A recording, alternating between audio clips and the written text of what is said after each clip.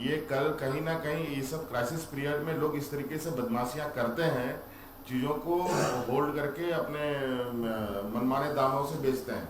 तो ये ऐसे समय में ऐसे ऐसी चीज़ें ऐसी बातें आती रहेंगी। कभी ऑक्सीजन शॉर्टेज दिखेगा, कभी आपको कोई भी मेडिसिन शॉर्टेज नज़र आएगा, कभी कुछ साधारण से साधारण दवाई शॉर्टेज होने लगती है। इस वजह से बी प्रिपेयर्ड फॉर दैट कि आप लोग इसको ये घटे नहीं, इसके लिए आप अर्लियर प्रिपरेशन पे रहें। और ताकि ये जो रिटेलर हैं और जो डिस्ट्रीब्यूटर्स हैं, ये लोग थोड़ा सा स्टॉक होल्ड करने में गड़बड़ी ना करें। ठीक है। लोकेटेड है, वहाँ पे कोविड की क्या स्थिति है, आपके बेड्स की ऑक्यूपेंसी कितनी है, लोड कितना बढ़ रहा है, उसके हिसाब से केस टू केस बेसिस पर डिसीजन किया जाएगा।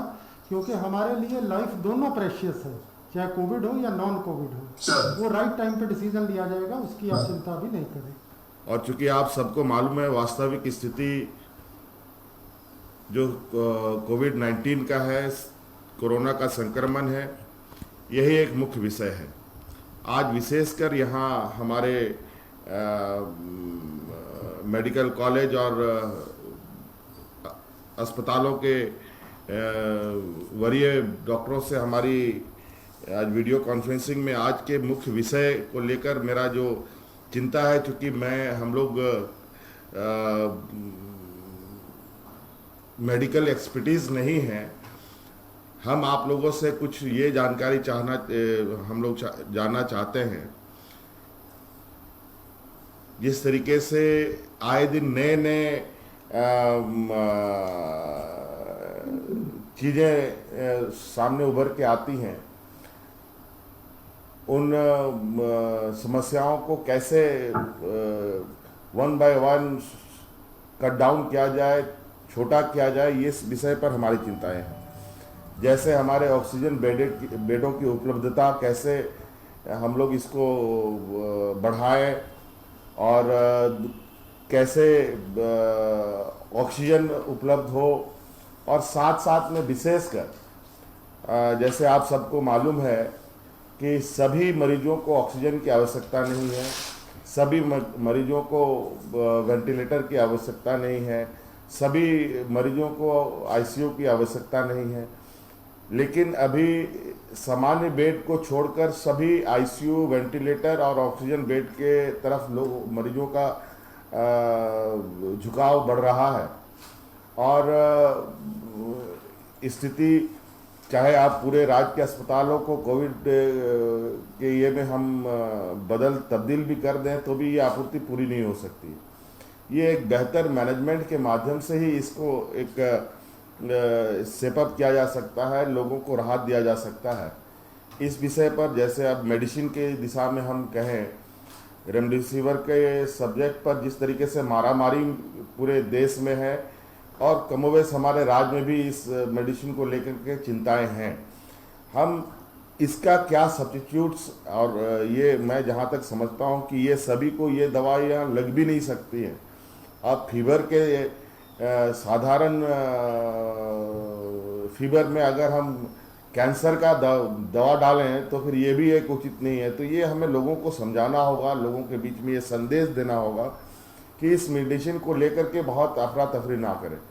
और दूसरा कि जो साधारण बीमारियों, साधारण जो मेडिसिन है, आम जो वायरल मेडिसिन्स हैं, उनकी भी उपलब्धता सुनिश्चित हो, ये हमें एक तय करना होगा कि कौन से मेडिसिन हमें इसके बिहाफ में हम यूज़ करें तो हम स्वस्थ हो सकते हैं या मरीज स्वस्थ हो सकता है। जैसे कि अभी पता चल रहा है कि हमारे राज्य में ऑक्सीमीटर अचानक शॉर्टेज कर गई है। तो ये एक चिंता का विषय है, लोगों को ऑक्सीमीटर ना मिले और जो लोग घर पे भी रहना चाहें तो वो भी पैनिक करने लगेंगे। तो ये कैसे हम लोग लोगों को काउंसलिंग करें कि आप घर में भी रह करके अपने को स्वास्थ्य कर सकते हैं, आप अपने आप को ठीक कर सकते हैं, पूरे परिवार जनों को ठीक कर सकते हैं। आपातकाल विशेष आपातकाल और साधारण, ये इन तीनों चीज़ों को एक अलग अलग नज़रिया से हमें लोगों को बताने की आवश्यकता है।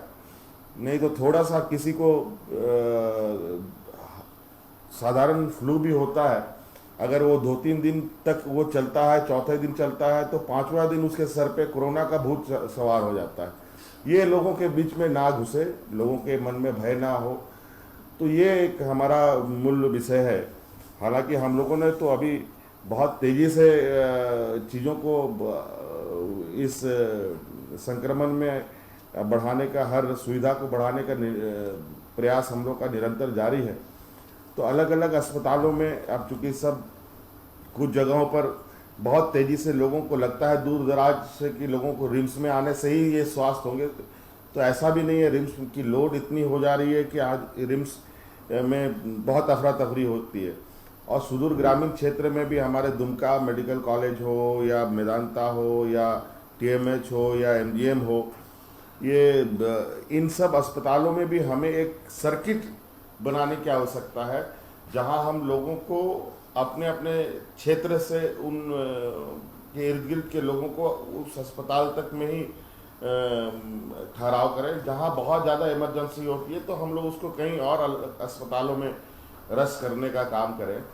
तो हमें लगता है कि एक हमें पूरे स्वास्थ्य व्यवस्था, चाहे मेडिकल कॉलेजेस हों चाहे बड़े अस्पताल हों, हम लोगों को एक सर्किट के रूप में कार्य करना पड़ेगा, जिससे कि हम लोग एक दूसरे का सपोर्टिव रोल में अपने आप को रखें।